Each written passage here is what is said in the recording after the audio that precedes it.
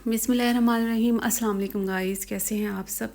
आज मैं इतना खूबसूरत एक 3 साल की बेबी के लिए बहुत ही खूबसूरत एक टॉप लेके आई हूँ जो कि पार्टी वेयर है।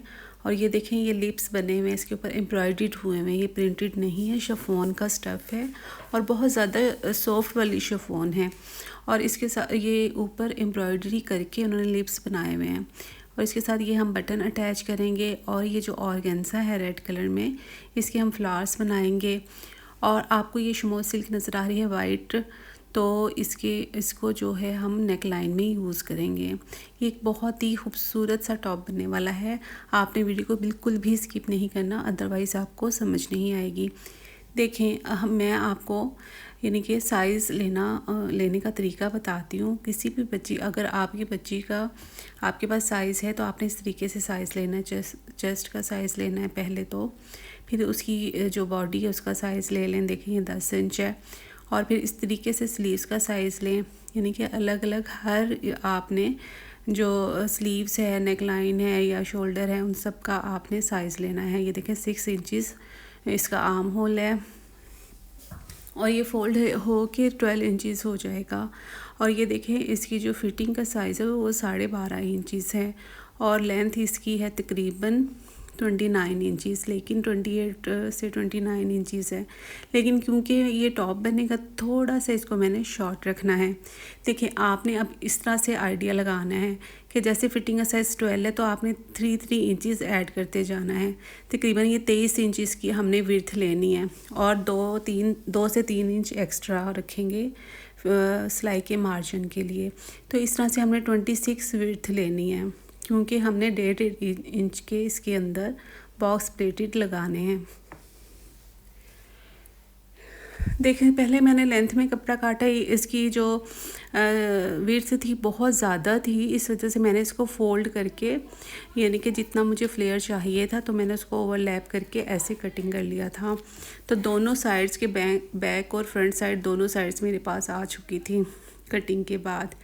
तो इस तरह से देखें, मैं प्लेट जो बॉक्स प्लेट्स हमने लगाने हैं उसका जो है निशान लगा रही हूँ।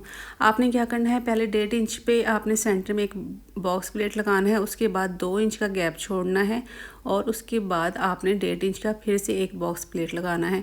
इस तरीके से 3 बॉक्स प्लेट लगाएंगे हम। ये देखें, आपको जब देख के ज़्यादा समझ में आएगा। मैंने सेंटर वाला बॉक्स प्लेट लगा लिया था। अब इसके बाद आपने 3.5 इंच, देखें 2 इंच हमने इसका गैप रखना है। इस तरीके से आपने निशान लगाना है।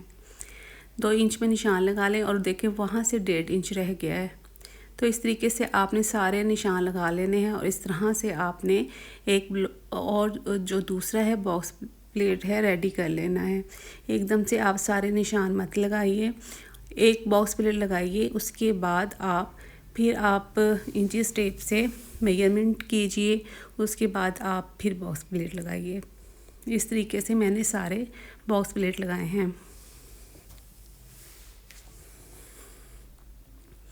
ये देखिए, साथ साथ मैं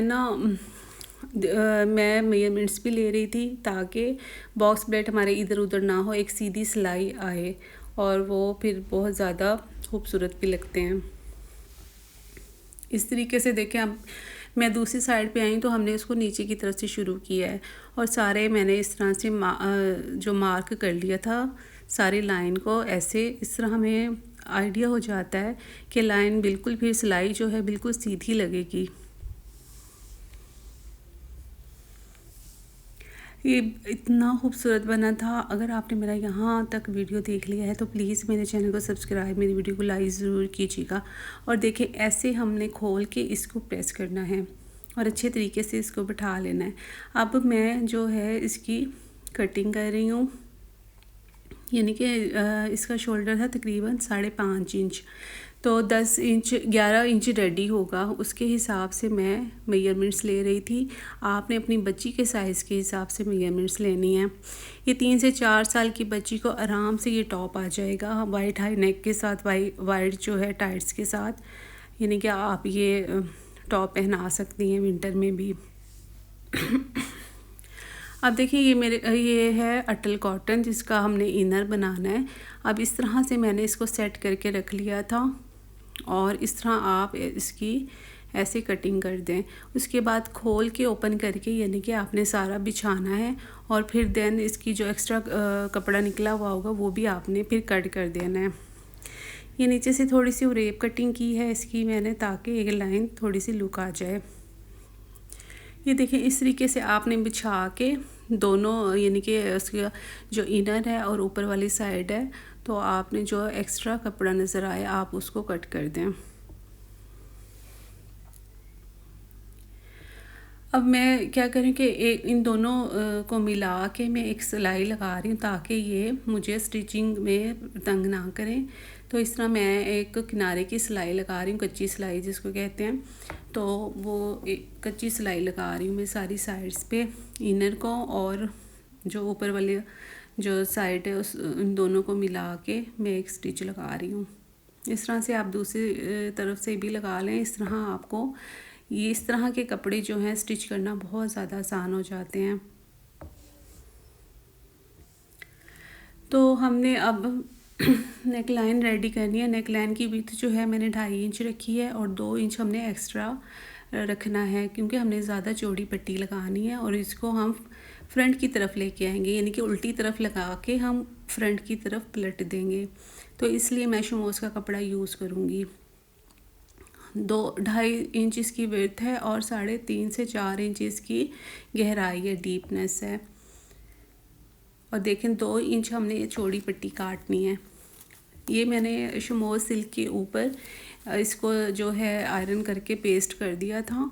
और ये इसकी बैक साइड है, बैक साइड का नेक लाइन है, उसकी जो है विड्थ भी 2.5 इंच है और गहराई जो है 2.5 से 3 इंच है।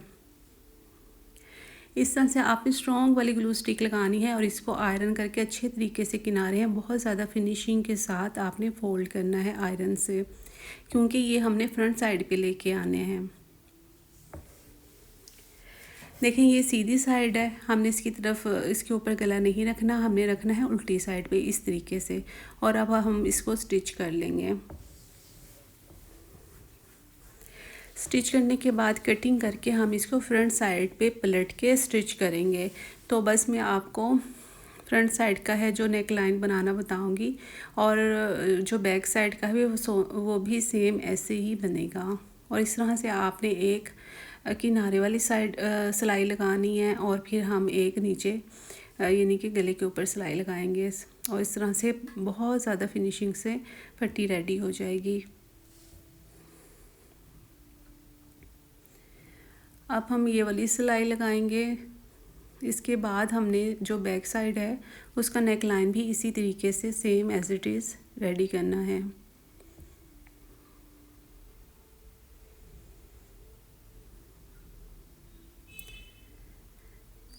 वीडियो को आपने बिल्कुल स्किप नहीं करना क्योंकि ये छोटे छोटे ही पॉइंट्स हैं जो कि आपको अगर समझ में ना आए तो फिर आप सही तरीके से इसको स्टिच नहीं कर पाएंगी। ये देखिए मैंने छोटा सा एक लूप बनाया है। हमने पीछे एक बटन पट्टी बनानी है ताकि जो नेक होल है वो आराम से बच्ची को आ जाए। और इस तरीके से प्रेस बुकरम पे मैंने इसको चिपका लिया था कपड़े के ऊपर और फिर मैंने सिलाइयाँ लगाई हैं। अब मैं इसको कट कर रही हूँ। आप भी इसी तरीके से बटन पट्टी बनाइएगा, बहुत ज़्यादा फिनिशिंग के साथ बनती है। और एक बीच में कट लगा दें। ये देखिए हमने इस तरीके से इसको फोल्ड करना है। आपने देखा होगा कि पट्टी को थोड़ा सा मैंने गले से बड़ा लिया था इसी वजह से कि हमने इसको अंदर की तरफ फोल्ड करना था। और देखें आपने ये जो टॉप स्टिच है ज़रूर लगाना है क्योंकि हमने बहुत ज़्यादा कम कपड़ा रखा था अंदर सिलाई के मार्जिन में, तो वो निकले ना इस वजह से। तो देखें हमारा किस कदर खूबसूरत और फिनिशिंग के साथ बैक जो नेक लाइन है वो भी बन के रेडी हो गया है। अब हमने शोल्डर को मैंने ज्वाइन कर लिया था और अब मैं स्लीव्स लगाऊंगी। स्लीव्स जो है हमने अम्ब्रेला स्टाइल में लगानी है। तो देखें मैं इसकी अब कटिंग कर रही हूँ। तो मैंने जो है 11-11 इंच यानी कि चौरस एक कपड़ा लिया था और इस तरीके से मैं अब इसको कट कर रही हूँ। 7.5 इंच मैंने इधर से छोड़ा है, 7.5 इंच जो है उधर से मैंने इसका यानी कि साइज़ लिया है। इस तरह से एक रुमाल की तरह ये हमने कट करना है। ये देखें, अब इसको सेपरेट कर लें और बीच में से मैंने तकरीबन 2 इंच पे इसका जो आर्म होल है वो कट किया था और फिर इसको सेपरेट कर लें कटिंग करके। इस तरह से आपने जो है स्लीव्स को स्टिच करते चले जाना है।